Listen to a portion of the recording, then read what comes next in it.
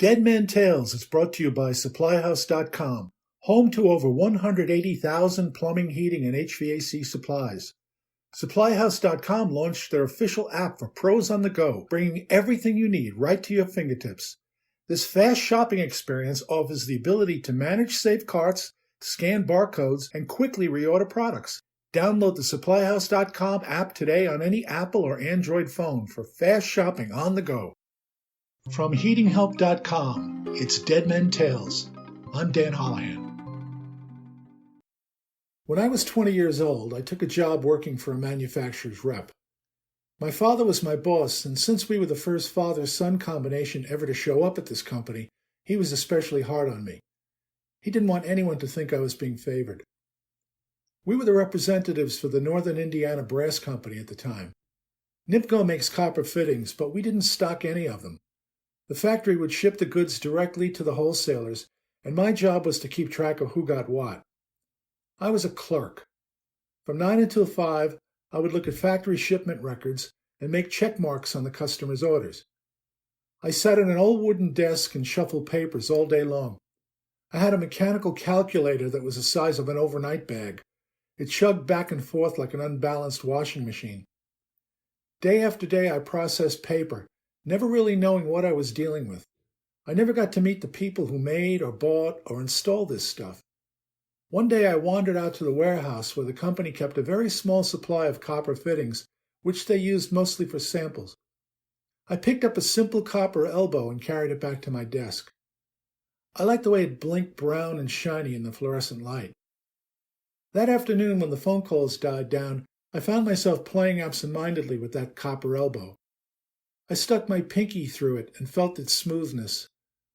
I remember wondering how they got to be that smooth. I had never been to a factory. I could only wonder. In the days that followed, and mostly out of boredom, I began to think more and more about that simple copper elbow. I picked it up and held it to my nose. Copper has a particular odor that's unlike anything else. It reminded me of the taste I'd get in my mouth when I ran too hard on autumn days during touch football games. That simple copper elbow reminded me of friends who had moved away years before. As the days went by, I started to think about where the copper came from. I imagined a mine in Chile or some other exotic place I would never get to visit. Chile was in the news a lot back then, and I read that they had copper. I thought of the men who went down into the earth and clawed the copper from the rocks. I imagined their skin to be as brown as the copper itself. I wonder what their lives were like, if they had wives and children, and if their children would also work in the mines someday. I began to think about the ore and how the copper got from the mines to the smelters and then, in what form, to the factory in Elkhart, Indiana. I thought of the ships that must carry the ore northward and the men who piloted those ships. I wonder if they got bored staring at the sea and their instruments day after day. I thought of these things as I made my check marks on the customer's orders. 100 number 607 elbow shipped, size 1/2 inch. 200 number 611 copper by copper T shipped, 3/4 inch. I checked them all and wondered if this was how my life was to be. When the copper got to Elkhart, it had to be unloaded, and someone must be doing that hard work right now, I imagined. I tried to picture what those men looked like. How big were their arms? Did they stop on their way home and drink beer and complain about the boss while their wives waited for them with crying children? Did these men have anything in common with the men who mined the copper? I tried to imagine them meeting in some roadhouse on a gray Midwestern afternoon. Would they recognize each other? I thought about the machines at the factory that were powerful enough to bash copper into the shape of an elbow or a T or a threaded union. How much force would it take to do that? And what would it sound like? And who invented and built that machine? And what did it weigh? And who figured all this out? I closed my eyes and tried to imagine what it must be like to go to work in that factory day after day after day, knowing you would probably be doing this for the rest of your life.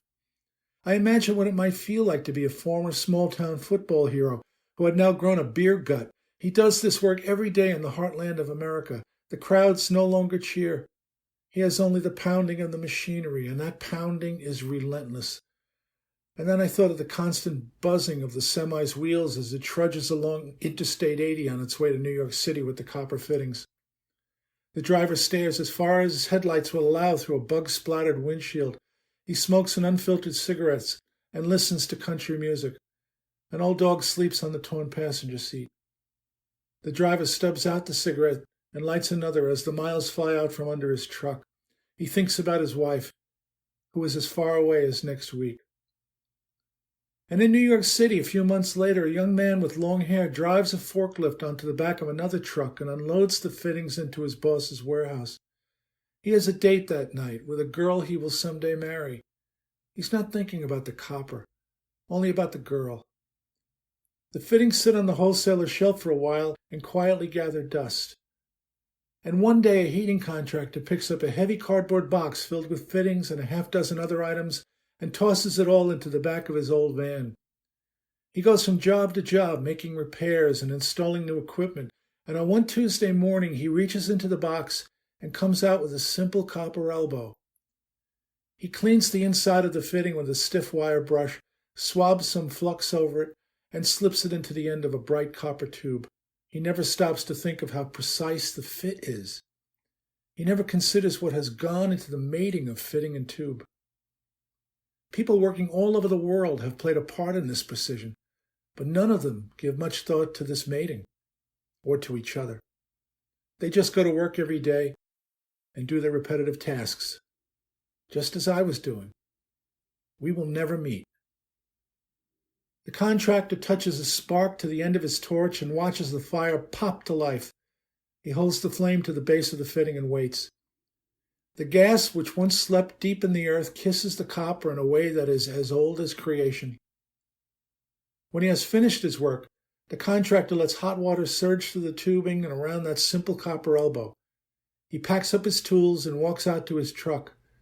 He's going to take his young son to a basketball game that night. That evening, the homeowner sits and reads his newspaper in a warm living room. His wife watches TV and the children do their homework.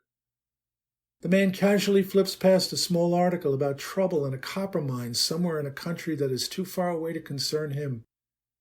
He wets his fingertip and flips the page. I hope you enjoyed that tale. If you did, please share it with your friends. And if you haven't already, please subscribe to this podcast. I have many more Dead Men Tales to share with you.